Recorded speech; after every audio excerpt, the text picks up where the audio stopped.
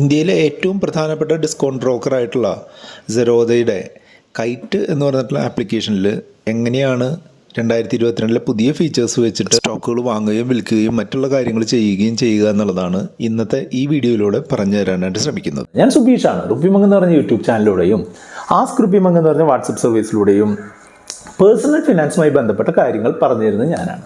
ഞാൻ ഏകദേശം ഒരു 6 വർഷം മുൻപ് സ്റ്റാർട്ട് ചെയ്തിട്ടുള്ള സെറോദയുടെ പേഴ്സണൽ അക്കൗണ്ട് ഇപ്പോഴും ഞാൻ നിലനിർത്തുന്നുണ്ട്.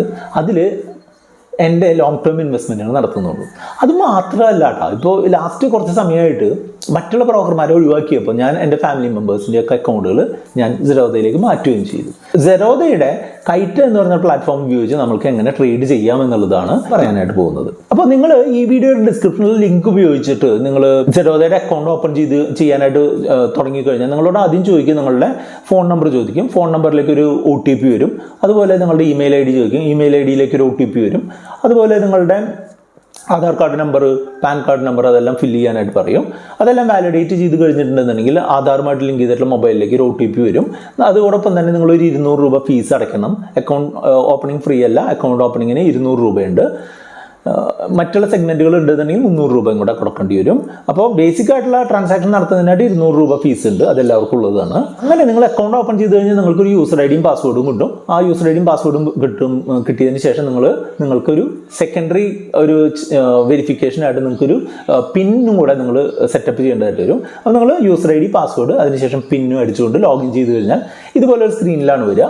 അവിടെ നിങ്ങൾക്ക് മാർക്കറ്റ് വാച്ച് എന്ന് പറഞ്ഞ് കാണാനായിട്ട് സാധിക്കും. മാർക്കറ്റ് വാച്ച് എന്ന് പറഞ്ഞിട്ടുണ്ടെങ്കിൽ നിങ്ങൾക്ക് ആവശ്യമുള്ള സ്റ്റോക്കുകൾ, ETF-കൾ അല്ലെങ്കിൽ ഇൻഡെക്സുകളുടെ ഒക്കെ ഡീറ്റെയിൽസ് നിങ്ങൾക്ക് കാണുന്നതിനായിട്ടാണ് ഈ മാർക്കറ്റ് വാച്ച്. ഇപ്പോൾ നമുക്ക് റിലയൻസ് എന്ന് പറഞ്ഞ സ്റ്റോക്ക് ആഡ് ചെയ്യുന്നുണ്ടെങ്കിൽ റിലയൻസ് അവിടെ സെർച്ച് ചെയ്യുക. സെലക്ട് ചെയ്ത് കഴിഞ്ഞിട്ടുണ്ടെങ്കിൽ റിലയൻസ് നിങ്ങൾക്ക് അവിടെ കാണിക്കാനായിട്ട് സാധിക്കും. അപ്പോൾ അത് നിങ്ങൾ സെലക്ട് ചെയ്ത് കഴിഞ്ഞാൽ അതിൻ്റെ ചാർട്ട്, ബാക്കിയുള്ള മാർക്കറ്റ് ഡെപ്ത് അങ്ങനെയുള്ള കാര്യങ്ങളൊക്കെ കാണാം.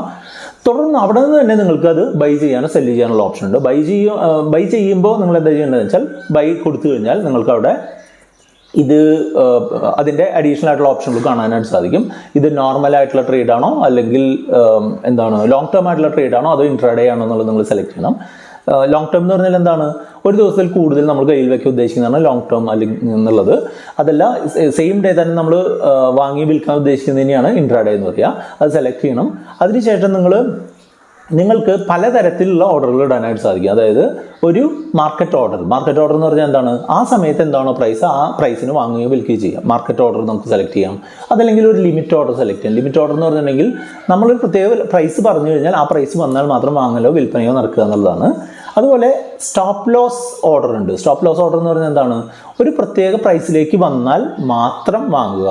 അതായത് സ്റ്റോപ്പ് ലോസിന് ഒരു ട്രിഗർ പ്രൈസും ഉണ്ടായിരിക്കും, ഒരു എക്സിക്യൂഷൻ പ്രൈസും ഉണ്ടായിരിക്കും. അപ്പോൾ സ്റ്റോപ്പ് ലോസ് ട്രിഗർ ഒരു 23 പ്രൈസ് 24 കൊടുത്താൽ എന്താണ്, 23 എന്ന് പറഞ്ഞ പ്രൈസ് വരുമ്പോൾ ഈ ഓർഡർ ആക്ടിവേറ്റ് ആകുകയും 24 അതിനെ ഒരു ബൈ ആക്ഷൻ നടക്കുകയും ചെയ്യും.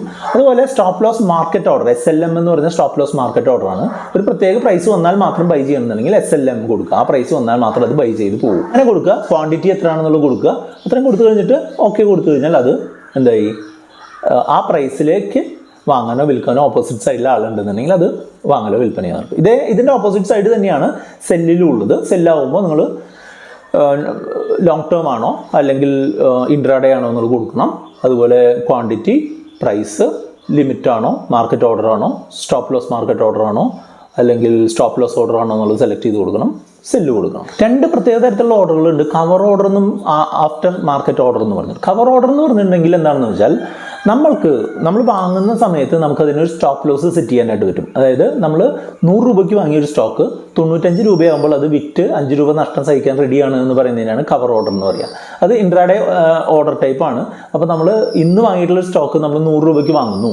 അത് 95 ആയാലും അത് വിറ്റ് 5 രൂപ നമുക്ക് ആ സ്റ്റോക്കിൽ നിന്ന് നഷ്ടം വരും. അപ്പോൾ അങ്ങനെ നമുക്ക് നമ്മളുടെ സ്റ്റോപ്പ് ലോസ് എന്താ ചെയ്യുന്നത്, നമ്മൾക്ക് നഷ്ടം നമ്മളെ ലിമിറ്റ് ചെയ്യാനാണ്. ഇപ്പോൾ 100 രൂപയ്ക്ക് വാങ്ങിയ സ്റ്റോക്ക് 90 പോകുന്നതിലേക്ക് നല്ലതല്ലേ, 95 ആകുമ്പോൾ വിറ്റത് അത് കുറച്ച് നഷ്ടം സഹിക്കുന്നത്. അങ്ങനെ സ്റ്റോപ്പ് ലോസ് സെറ്റ് ചെയ്യുന്നതിനായിട്ടാണ് കവർ ഓർഡർ ഉള്ളത്. അതുപോലെ ആഫ്റ്റർ മാർക്കറ്റ് ഓർഡർ AMO എന്ന് പറയും. നമ്മളിപ്പോൾ 9:15 മുൻപോ അല്ലെങ്കിൽ 3:30 ശേഷമോ നമുക്കൊരു ഓർഡർ ഇട്ട് വെക്കണമെന്നുണ്ടെങ്കിൽ AMO ഓപ്ഷനുകൾ നമുക്ക് സെലക്ട് ചെയ്യാനായിട്ട് സാധിക്കും. ഇനി ഓർഡേഴ്സ് എന്ന് പറഞ്ഞ മെനുവിലേക്ക് പോയി കഴിഞ്ഞാൽ 3 ടാബുകളാണ് നിങ്ങൾക്ക് ഈ കൈറ്റിൽ കാണാനായിട്ട് പറ്റുക. ഒന്ന് ഓപ്പൺ ആയിട്ടുള്ള ഓർഡറുകൾ. ഓപ്പൺ ആയിട്ടുള്ള ഓർഡർ എന്ന് പറഞ്ഞിട്ടുണ്ടെങ്കിൽ ഇപ്പോൾ ആക്റ്റീവ് ആയിട്ടുള്ളത്, എക്സിക്യൂഷൻ കഴിയാത്ത ആക്റ്റീവ് ആയിട്ടുള്ള ഓർഡറുകളാണ് ഓപ്പൺ ഓർഡർ.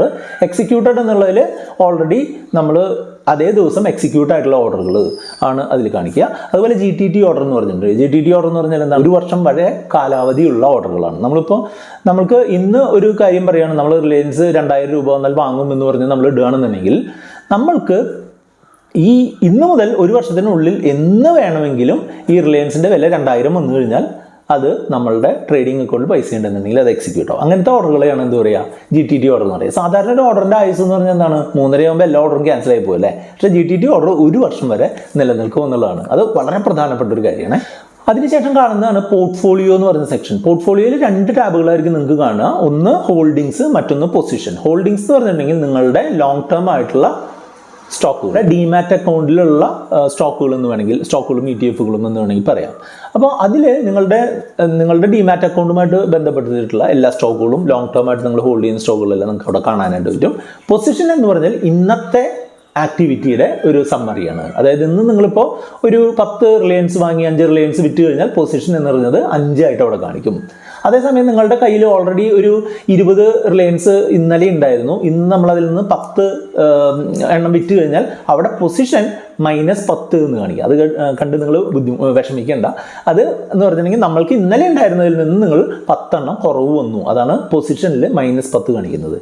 അങ്ങനെ ഉള്ളത് തന്നെയാണ് പൊസിഷൻ എന്ന് പറയുക. പിന്നെ ഇതിൽ മറ്റൊരു പ്രധാനപ്പെട്ട കാര്യം എന്ന് പറഞ്ഞാൽ ടൂൾസ് എന്ന് പറയുന്ന സെക്ഷനാണ്. ടൂൾസ് എന്ന് പറയുന്ന സെക്ഷനിൽ ബാസ്ക്കറ്റുകൾ ക്രിയേറ്റ് ചെയ്യണം, ബാസ്ക്കറ്റ് ഓർഡറുകൾ. അതായത് ഒന്നിൽ കൂടുതൽ ഓർഡറുകൾ ഒരുമിച്ച് ഒറ്റ ക്ലിക്കിന് എക്സിക്യൂട്ട് ആവുന്നത്. ഇപ്പോൾ ഉദാഹരണമായിട്ട് പറയുകയാണെന്നുണ്ടെങ്കിൽ നമ്മൾ ഓപ്ഷൻസ് ട്രേഡിംഗ് ഒക്കെ ചെയ്യുമ്പോൾ നമ്മൾ ഓപ്ഷൻസിൻ്റെ സ്ട്രാങ്കിലോ ഒക്കെ ചെയ്യുമ്പോൾ 2 സ്ട്രൈക്കിലുള്ള പുട്ട് ഓപ്ഷനും കോൾ ഓപ്ഷനും ഒക്കെ നമ്മൾ സെല്ല് ചെയ്യുകയോ ബൈ ചെയ്യുകയോ ഒക്കെ ഒരുമിച്ച് ചെയ്യും അല്ലേ.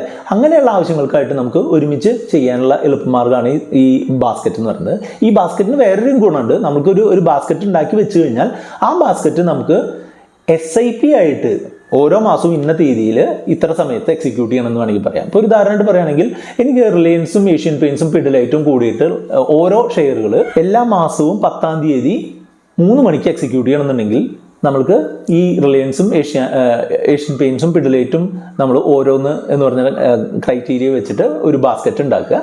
ആ ബാസ്ക്കറ്റ് നമ്മളുടെ SIPയിൽ പുതിയ SIP ആയിട്ട് ക്രിയേറ്റ് ചെയ്ത് കൊടുക്കുക. അങ്ങനെയാകുമ്പോൾ 10-ാം തീയതി 3 മണിയാവുന്ന സമയത്ത് ഇതെല്ലാം ഒറ്റയടിക്ക് അങ്ങ് എക്സിക്യൂട്ട് ആവും. അതിനെയാണ് എല്ലാ മാസവും 10-ാം തീയതി ആക്റ്റീവായിട്ട് നടക്കുകയും ചെയ്യും. SIP ക്യാൻസൽ ചെയ്യുന്നവരെയും അത് എല്ലാ മാസവും 10-ാം തീയതി ഓരോ റിലയൻസും ഓരോ പിഡിലൈറ്റും ഓരോ ഏഷ്യൻ പെയിൻറ്റും നമ്മുടെ അക്കൗണ്ടിലേക്ക് വന്നുകൊണ്ടിരിക്കും, പ്രൊവൈഡഡ് നിങ്ങളുടെ അക്കൗണ്ടിൽ പൈസ ഉണ്ട് എന്നുണ്ടെങ്കിൽ. അത്രയും കാര്യങ്ങളാണ് നിങ്ങൾക്ക് ടൂൾസിലുള്ളത്. അതിനുശേഷം നിങ്ങളുടെ ആ ID ട്രേഡ് കോഡ് ക്ലിക്ക് ചെയ്ത് കഴിഞ്ഞാൽ നിങ്ങൾക്ക് നിങ്ങളുടെ ഫണ്ടിൻ്റെ സ്റ്റേറ്റ്മെൻറ്റുകൾ, നിങ്ങളുടെ കൺസോൾ റിപ്പോർട്ടുകൾ കാണാനുള്ള സ്റ്റേറ്റ്മെൻറ്റുകൾ, മറ്റുള്ള ഓപ്ഷനുകളൊക്കെ കാണാനായിട്ട് സാധിക്കും. അപ്പോൾ അങ്ങനെ ഒരു കോംപ്രിഹെൻസീവ് ആയിട്ടുള്ള വളരെ എളുപ്പത്തിൽ യൂസ് ചെയ്യാവുന്ന ഒരു ആപ്ലിക്കേഷനാണ് കൈറ്റ്. അതായത് സെറോദയിൽ ട്രേഡിംഗ് നടത്തുന്നുള്ള മൊബൈൽ പ്ലാറ്റ്ഫോമിൻ്റെ പേരാണ് കൈറ്റ്. അപ്പോൾ നിങ്ങൾക്ക് ഈ വീഡിയോ കണ്ടപ്പോൾ കൈറ്റിൻ്റെ ഒരു ഓവറോൾ ആയിട്ടുള്ള അണ്ടർസ്റ്റാൻഡിങ് കിട്ടിക്കാണെന്ന് വരുന്നു. നിങ്ങൾക്ക് തീർച്ചയായിട്ടും ട്രൈ ചെയ്യാവുന്ന ഒരു ഓപ്ഷനാണ് ഈ സെറോദ. ഡിസ്കൗണ്ട് ബ്രോക്കിംഗ് പ്ലാറ്റ്ഫോമാണ്. ഈ വീഡിയോയുടെ ഡിസ്ക്രിപ്ഷനിൽ ലിങ്ക് ഉപയോഗിച്ച് നിങ്ങൾക്ക് അത് ചെയ്യാം. കൂടുതൽ എന്തെങ്കിലും അറിയാണ്ടെങ്കിൽ നമ്മളുടെ വാട്സപ്പ് നമ്പർ ആയിട്ടുള്ള 8848030018 നിങ്ങൾക്ക് കോൺടാക്ട് ചെയ്യാം. ഈ വീഡിയോ കൂട്ടുകാർക്ക് ഇഷ്ടപ്പെടാനുള്ള സാധ്യതയുണ്ട്. ലൈക്ക് ചെയ്യാനും കമൻറ്റ് ചെയ്യാനും മറക്കണ്ട, അവർക്ക് ഷെയർ ചെയ്യാനും മറക്കണ്ട.